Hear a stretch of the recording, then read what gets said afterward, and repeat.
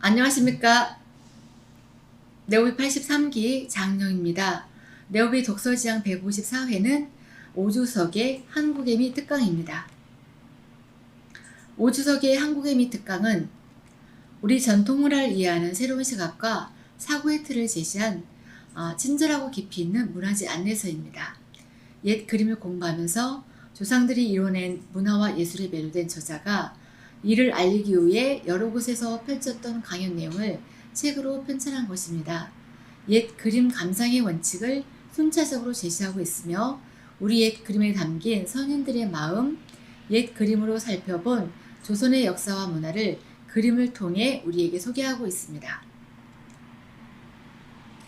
저자이신 오주성님은 서울대 동양사학과 동대학원 고고미술사학과를 졸업하고 더 코리아 헤럴드 기자, 호암미술관 및 국립중앙박물관 큐레이터, 중앙대학교 겸임교수를 역임하고 간송미술관 연구위원 및 연세대학교 영상대학원 겸임교수를 지내셨습니다. 저서로는 오주석의 옛 그림 읽기의 즐거움, 이인문의 강산무진도, 단원 김홍도 등 다수의 작품이 있습니다. 단원 김홍도와 조선시대의 그림을 가장 잘 이해한 21세기의 미술사학자라 평가받는 그는 우리 미술의 아름다움을 알리기 위해 전국을 돌며 강연을 펼쳤으며 한국 전통 미술의 대중화에 앞장선 사람이었습니다. 1995년 김홍도 탄생 250주년을 기념해 국립중앙박물관에서 열린 단원 김홍도 특별전을 기획해 주목을 받았습니다. 2005년 2월 백혈병으로 생을 마쳤습니다. 그는 그림을 단순히 보는 것이 아니라 그림을 읽고 그 속의 작가와 대화를 하도록 가르쳐 줍니다. 그림 속에서 무심히 지나칠 선 하나, 점 하나의 의미를 일깨우며 그림의 진정한 참맛을 알게 해주고 있습니다. 감상은 영혼의 떨림으로 느낀 행위인 만큼 비우기가 중요하다고 말하고 있습니다. 그럼 이 책의 사례를 한번 살펴볼까요? 첫째 이야기, 옛 그림 감상의 원칙, 옛사람의 눈으로 보고 옛사람의 마음으로 느낀다입니다. 둘째 이야기는 옛 그림에 담긴 선인들의 마음으로 자연의 음양오행에 기초한 우주관, 인생관을 말하고 있고요. 셋째 이야기, 옛 그림으로 살펴본 조선의 역사와 문화에서는 아름답고 진실한 조선의 마음을 말하고 있습니다. 부록으로 그림으로 본 김홍도의 삶과 예술을 보여주고 있습니다. 첫째 이야기, 옛 그림 감상의 두 원칙, 옛 사람의 눈으로 보고 옛 사람의 마음으로 느낀다입니다. 첫째, 그림의 대각선 길이 1에서 1.5배의 거리에서 천천히 보는 것입니다. 왠지 마음이 끌리는 작품을 느긋하게 천천히 마음을 집중해서 큰 그림 앞에서는 썩 물러났다가 작은 작품은 좀 들어가서 또 어떤 그림은 특히 내 마음에 드니까 좀 더 오래 보거나 자세히 세부를 들여다봅니다. 작품 크기에 따라 본능적으로 거리를 맞추면서 감상하는 것이 중요합니다. 왠지는 모르지만 자꾸만 마음이 끌리는 작품, 그렇게 가장 좋다고 생각되는 작품 몇 점 골라서 잘 보고 찬찬히 나만의 대화를 나누는 것이 중요합니다.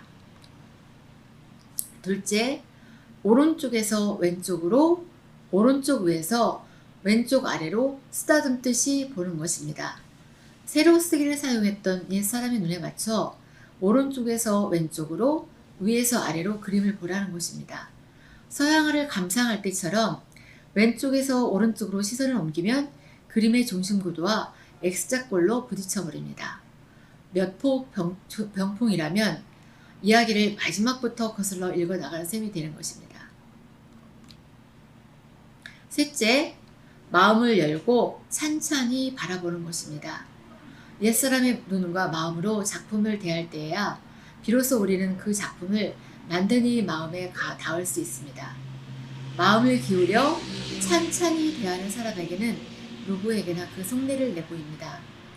아는 것은 좋아하는 것만 못하고 좋아하는 것은 즐기는 것만 못하다는 말처럼 우리 조상들이 남긴 위대한 정신세계인 작품들을 제대로 즐기고 음미하지 못하면 그것의 가치를 온전히 가지지 못하기 때문입니다. 보기는 보는데 보이지 않고 듣기는 듣는데 들리지 않는다.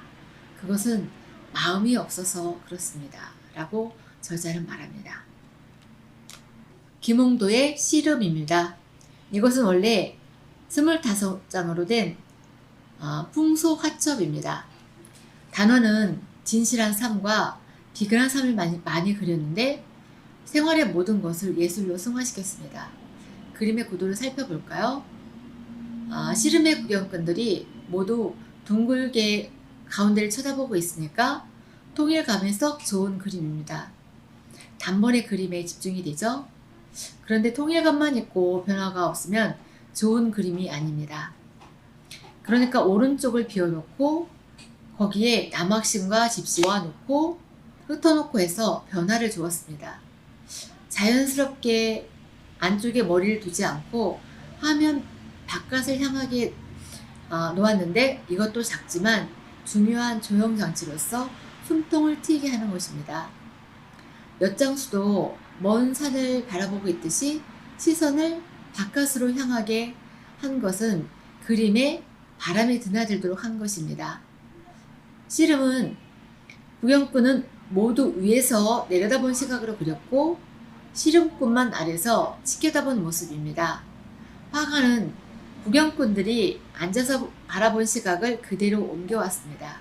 그래서 그림 보는 이가 씨름판에 끼어든 듯 현장감이 살아있습니다. 그런데 그림 전체에 여자가 하나도 없습니다. 작은 그림이지만 옛적에 내외하던 풍습까지 읽혀집니다. 그림을 자세히 볼까요? 또 자세히 보면 사람의 표정과 자세가 다 다른데 거기서 이 사람이 어떤 상황에 처해 있나를 알 수 있습니다. 가는 붓을 가지고 그저 살짝 눌러준 것 뿐인데 사람들마다 눈의 표정이 서로 다르고 개성까지 엿보입니다.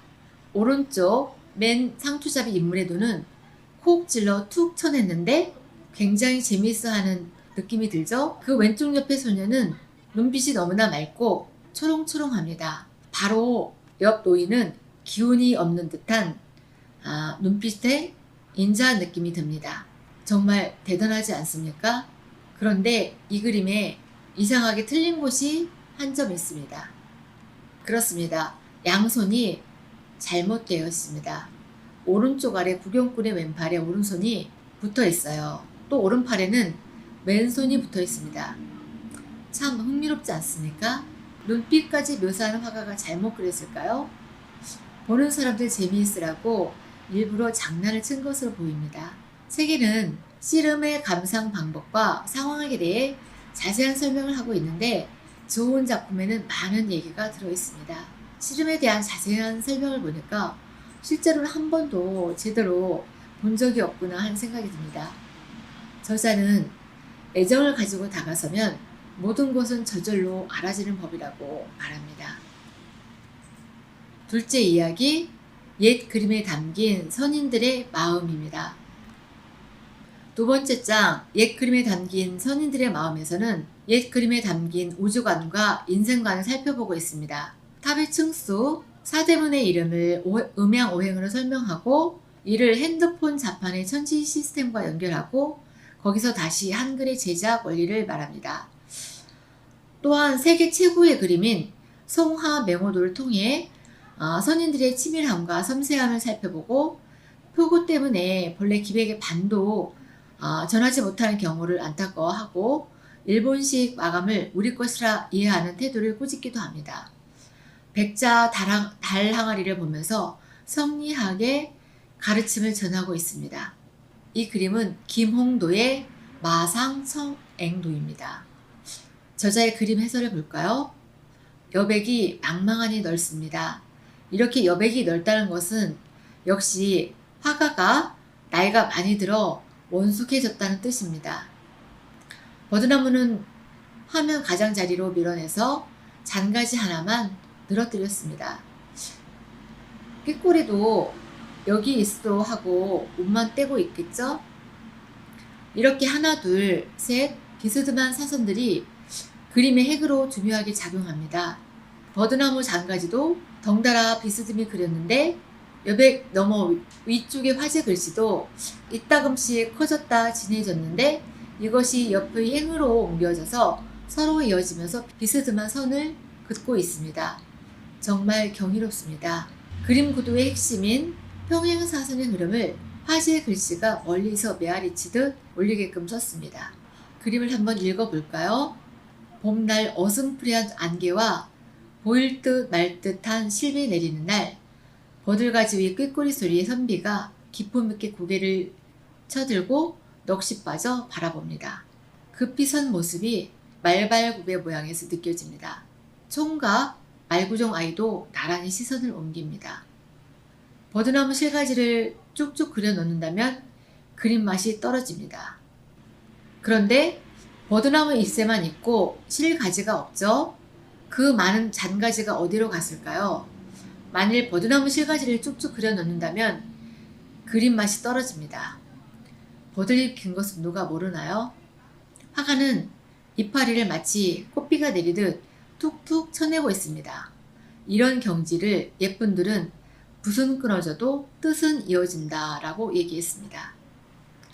이 작품에 흥미로운 점이 하나 있습니다. 우리 조상들은 인물을 그릴 적에 항상 우리 자신을 기준으로 했기 때문에 점잖고 공부를 많이 한 학자들은 상체가 길고 하체의 다리를 짧게 그렸는데 상체가 길어야 장자의 풍이 있다고 생각했습니다. 하인을 그릴 때에는 머리를 작게 다리를 길게 그렸는데 여기저기 뛰어다니며 일하기 좋으라고 말입니다. 모든 가치의 중심이 우리 자신에게 있었습니다. 이 그림은 계몽도의 송하맹호도입니다. 세계 최고의 호랑이 그림인 이 그림은 1m도 안 되는 그림이지만 보는 이로 하여금 압도하는 기세가 화폭에 충만합니다. 여백 또한 정교하게 분할되어 범을 돋보이게 합니다. 호랑이 다리 오른쪽에서부터 하나, 둘, 셋 점차로 커가는 여백의 구조는 위쪽 소나무 가지 여백에서도 아래에서부터 하나, 둘, 셋 같은 방식으로 펼쳐졌는데 꼬리로 나뉜 작은 두 여백과 더불어 완벽한 균형을 이루고 있습니다. 그리고 한 복판에 큼직한 몸통을 뒷받침하는 넉넉한 여백이 있습니다. 김홍도는 호랑이 형태는 물론 그 생명력까지 고스란히 화폭에 옮겼습니다.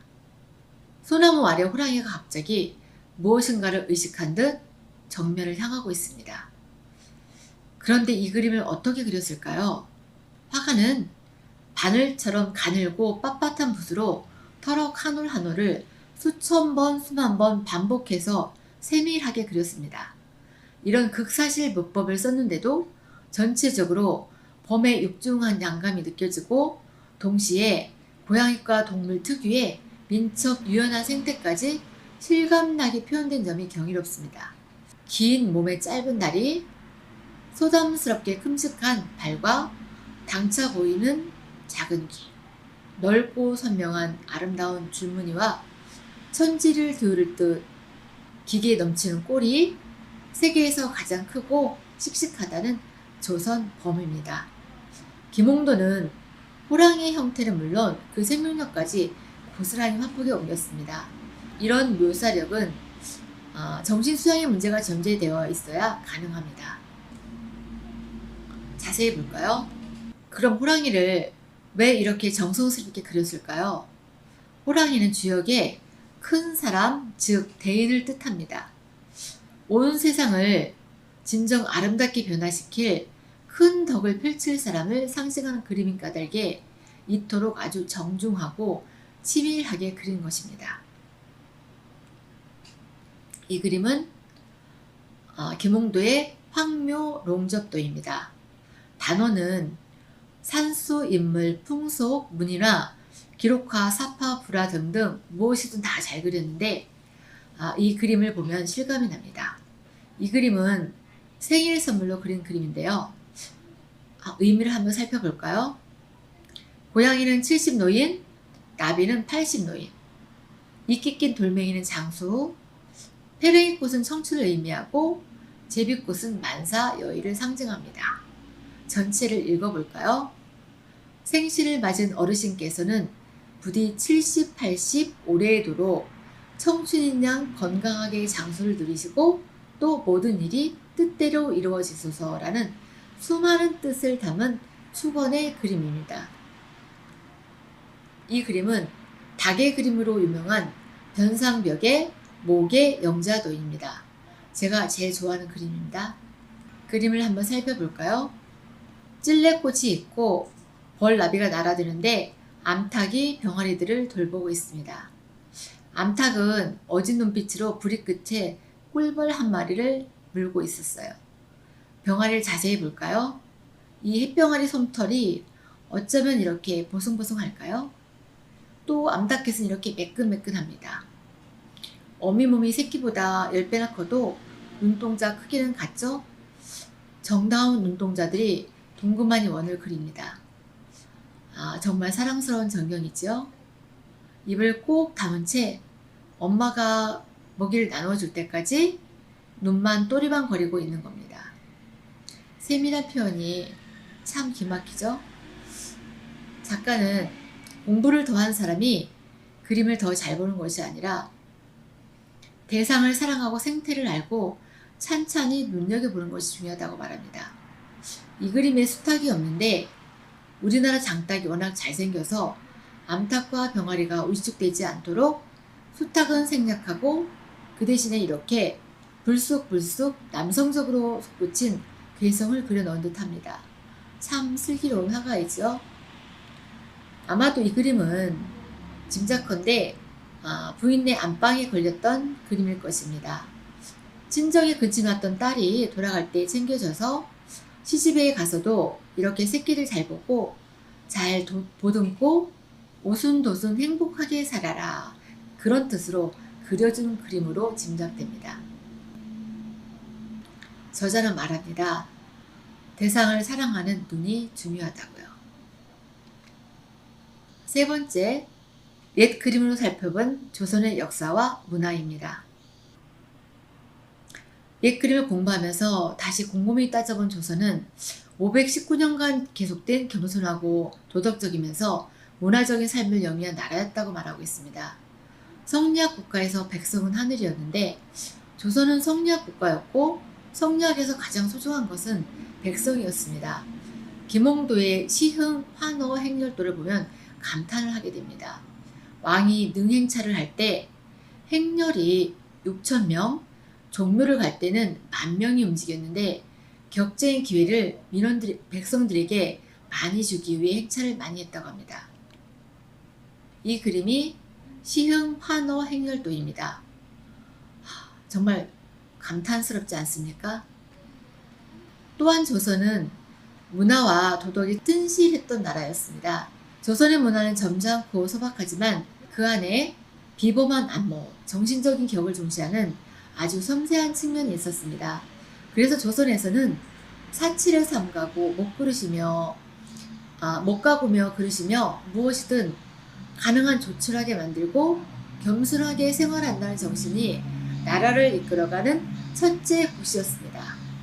자기도 일체 문양이 없는 순백을 만들거나 문양을 쓰더라도 푸른 빛만 약간 쓴 청화백자를 만들었습니다. 또한 인류 회화를 통틀어 최정상급 초상화를 그렸습니다. 이제 초상을 비롯한 극사실 초상은 이 같은 조선의 정신을 그대로 보여주는 것입니다.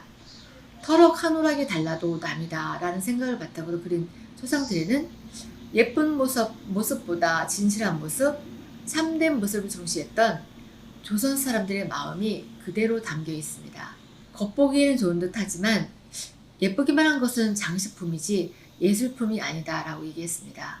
또한 초상화는 검버섯도 진실대로 그린 엄정한 회화 정신과 병세까지도 있는 그대로 묘사를 했습니다.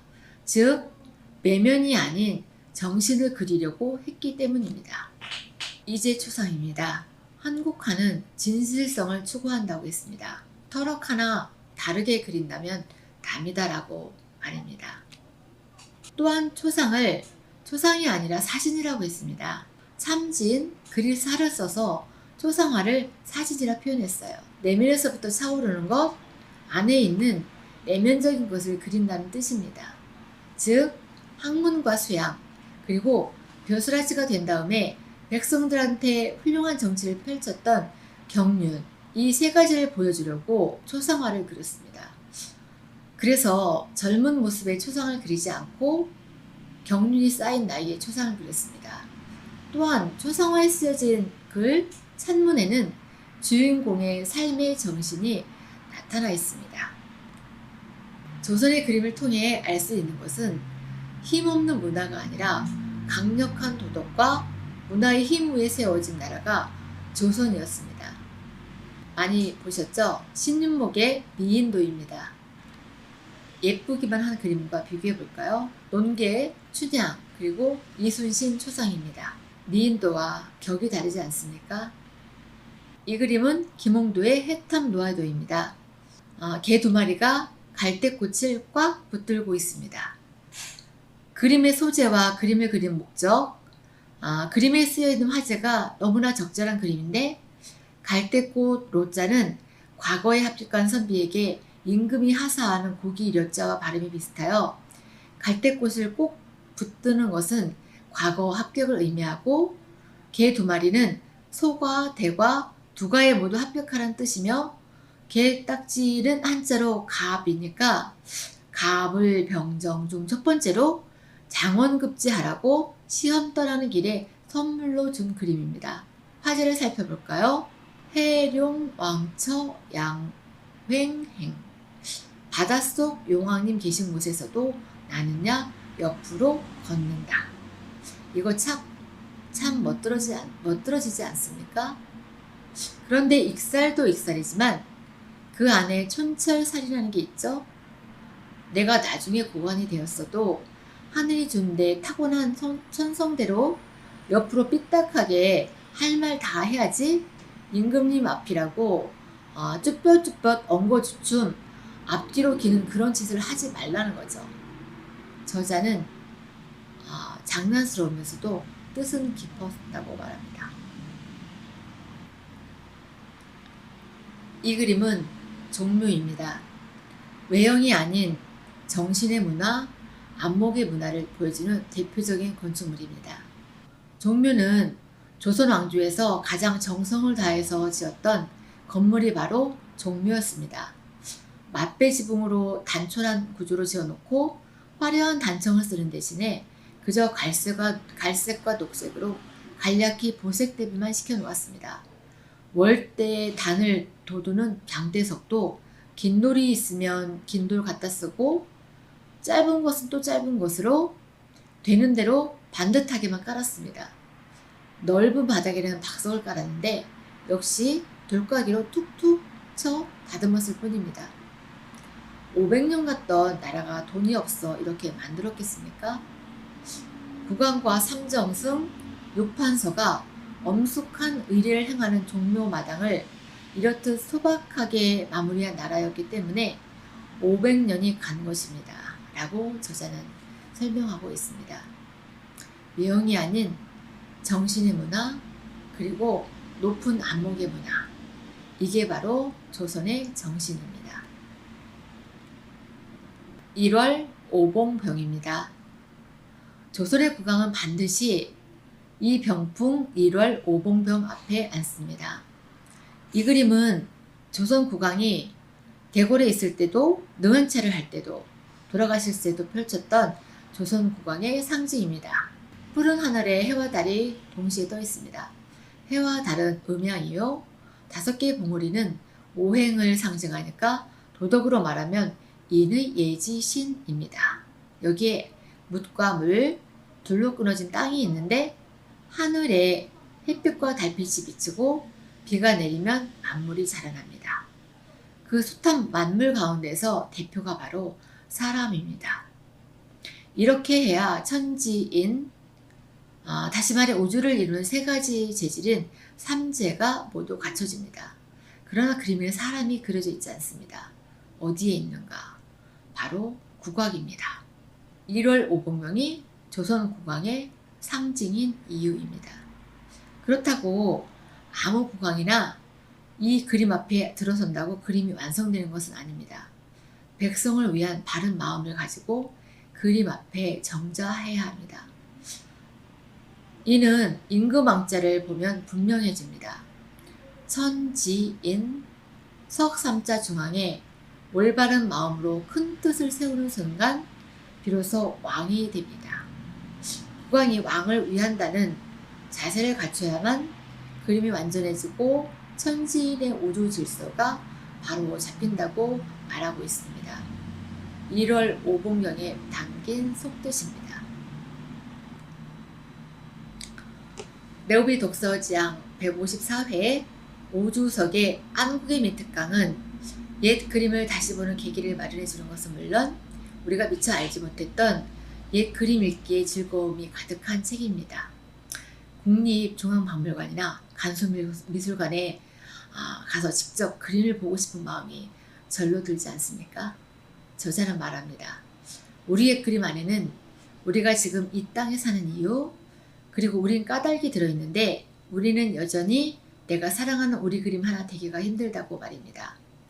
이제 내가 사랑하는 우리 그림 하나 있다고 말할 수 있겠죠? 자기 문화에 대한 자부심, 그것은 장차 새로운 미래를 설계하는 자신감으로 연결됩니다. 네오비 독서지향 대표님들께서도 우리 역사와 문화에 대한 진정한 이해와 자부심을 가지고 일하셔서 큰 꿈을 이루시길 바랍니다. 감사합니다.